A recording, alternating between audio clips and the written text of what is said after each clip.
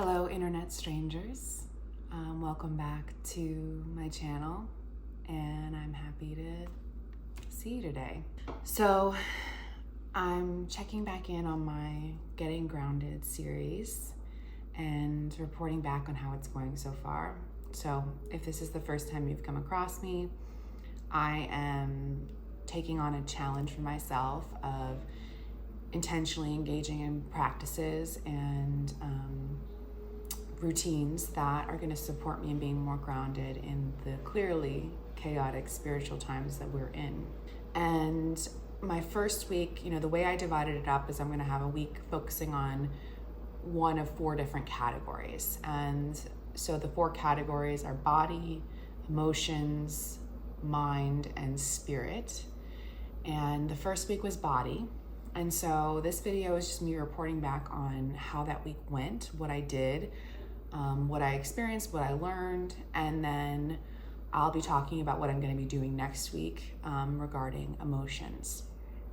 So my goal for last week was to engage in 4 different practices each day to support grounding my body and becoming more present and more focused on the now, so that I'm not spinning out, disassociating, engaging in unhelpful emotional responses, and that I'm more able to see clearly what's going on and act from a place of integrity. So that's a hefty goal. And the 4 things I wanted to do were 1, walk for 30 minutes every day, 2, stretch for 10 minutes per day, 3, eat a healthy breakfast each morning, and 4, make sure that I get good sleep each night.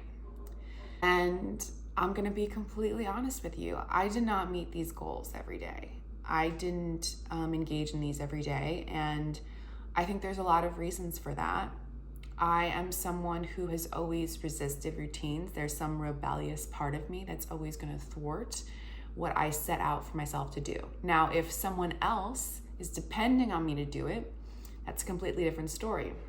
But when I'm doing something for myself, there is just this sense of, who cares? What's the point? Even if I'm making a video about this, but truthfully, I don't anticipate many people seeing this video, so I think that's disincentivized me from actually doing it. One thing that I did do is do a 30-minute walk each day. That was a goal that I met. There was only one day I didn't do it. But that I found very grounding and centering. Whenever I could, whenever the weather permitted me, I would go outside to walk. Otherwise, I'd go in the gym and just walk on the treadmill for 30 minutes. And I really found that useful. I found that helpful, and I'm glad that I did it. And the 10-minute stretching, I started off doing it, and I just didn't find it helpful, or I don't know, I wasn't drawn to it.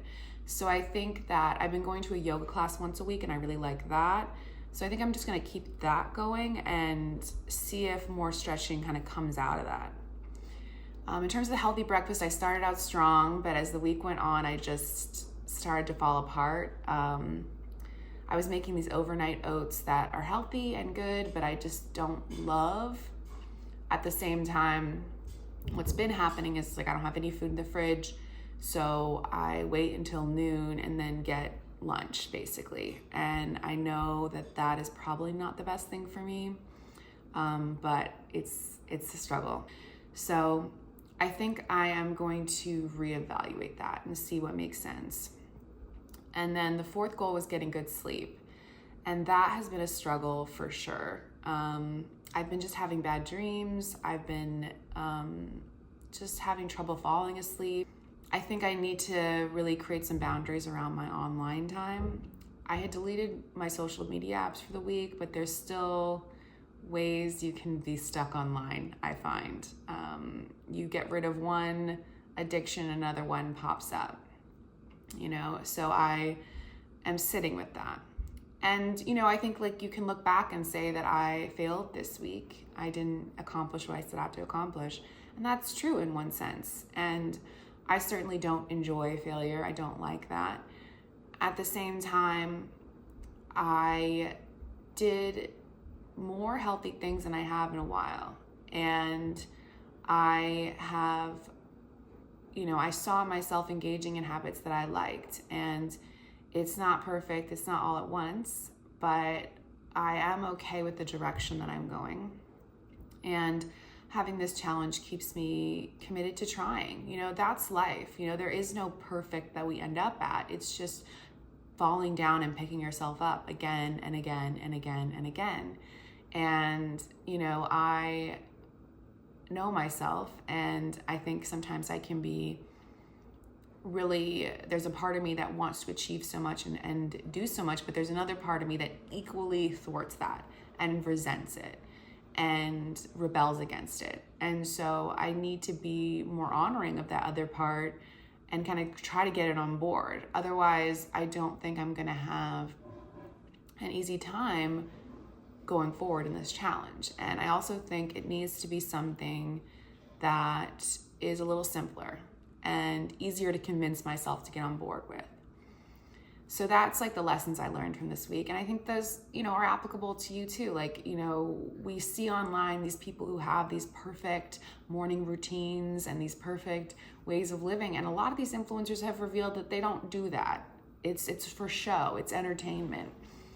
And, it's important to be discerning about what you're seeing online. Is that really what that person is doing? Or is that just some image they're creating for you? Some pleasing image. I think about all the time, like influencers who share their morning routines and they share them waking up, and you picture them actually getting up, setting up the camera, turning it on, getting back in bed, and then waking up.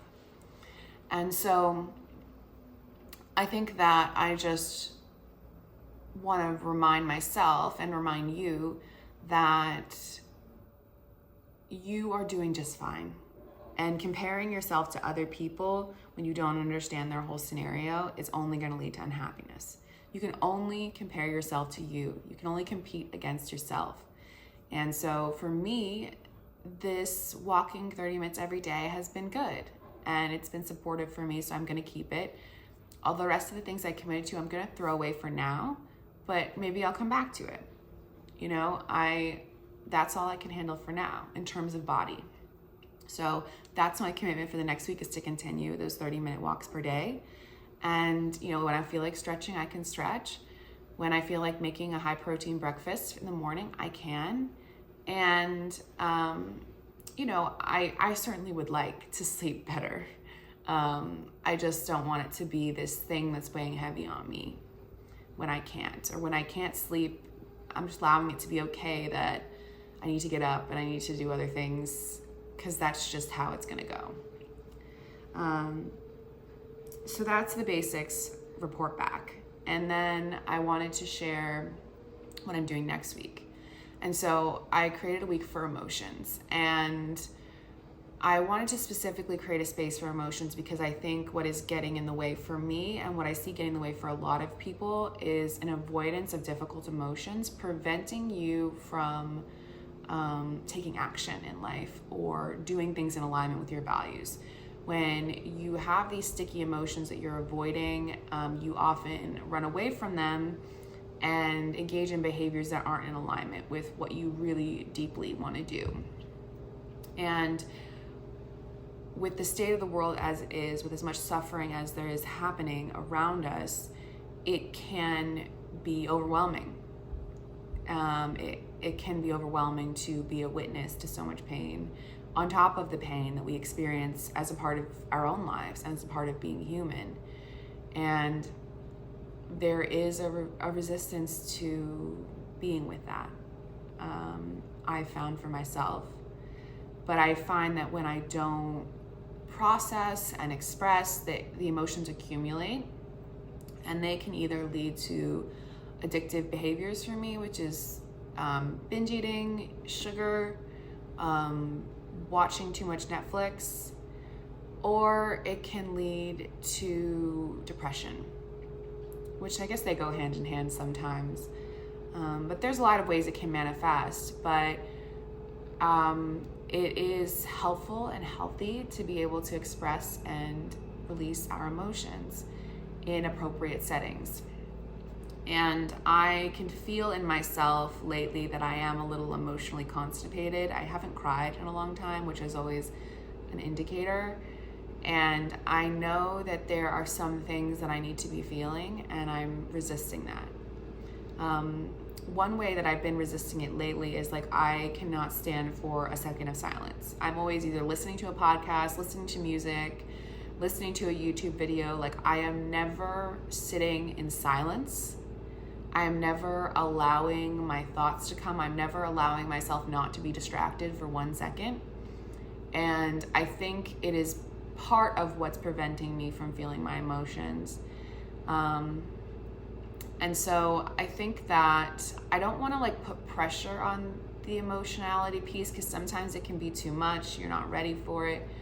But I think as a part of that goal, I think I just want to start each morning sitting in silence for 5 to 10 minutes, just starting off my day in silence. I can meditate if I want. I can just look out the window if I want. But just sitting and being quiet, I think, is something that I want to invite in more, hoping that it will help reveal some emotions.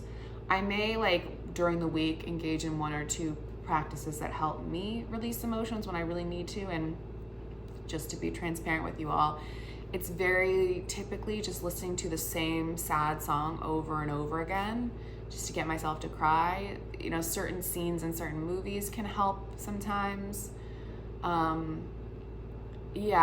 Mostly music, you know, listening to a song at the right time just helps get the emotions going, and it can get something flowing for me. Because I can definitely feel like there is something I'm holding back. And I think that it's okay to be scared. It's okay to be angry. It's okay to be tired. It's okay to be fearful. It's okay to be guilty. It's okay to be shameful. You know, it's okay, because this is part of the human experience. We are not here to live blissful, perfect lives. We're here to be here and to experience the ups and downs that come with this human life. And so I have been resisting that lately, and I want to change it. So I think just my goal for next week is to start off every day 5 minutes in silence, walk for 30 minutes a day. Those are the only 2 commitments I'm making. I think once during the week, I'm going to just see if I can make a space to listen to a sad song, or just create some space to actually feel something. But I'm not gonna I'm gonna allow it to emerge and just kind of allow my intention to reveal itself a bit, because emotions are tricky, and you can't make yourself feel something when it's not coming out naturally. At the same time, it's so easy to repress emotions, and sometimes it just takes a little digging, and they come right out from the surface. So that's my goal for next week. And so I'm just wishing you well. I'm hoping that you're taking care of yourself, that you're finding space to honor yourself and honor your needs. So thank you for watching, and we'll check in next week and see where I ended up. Bye.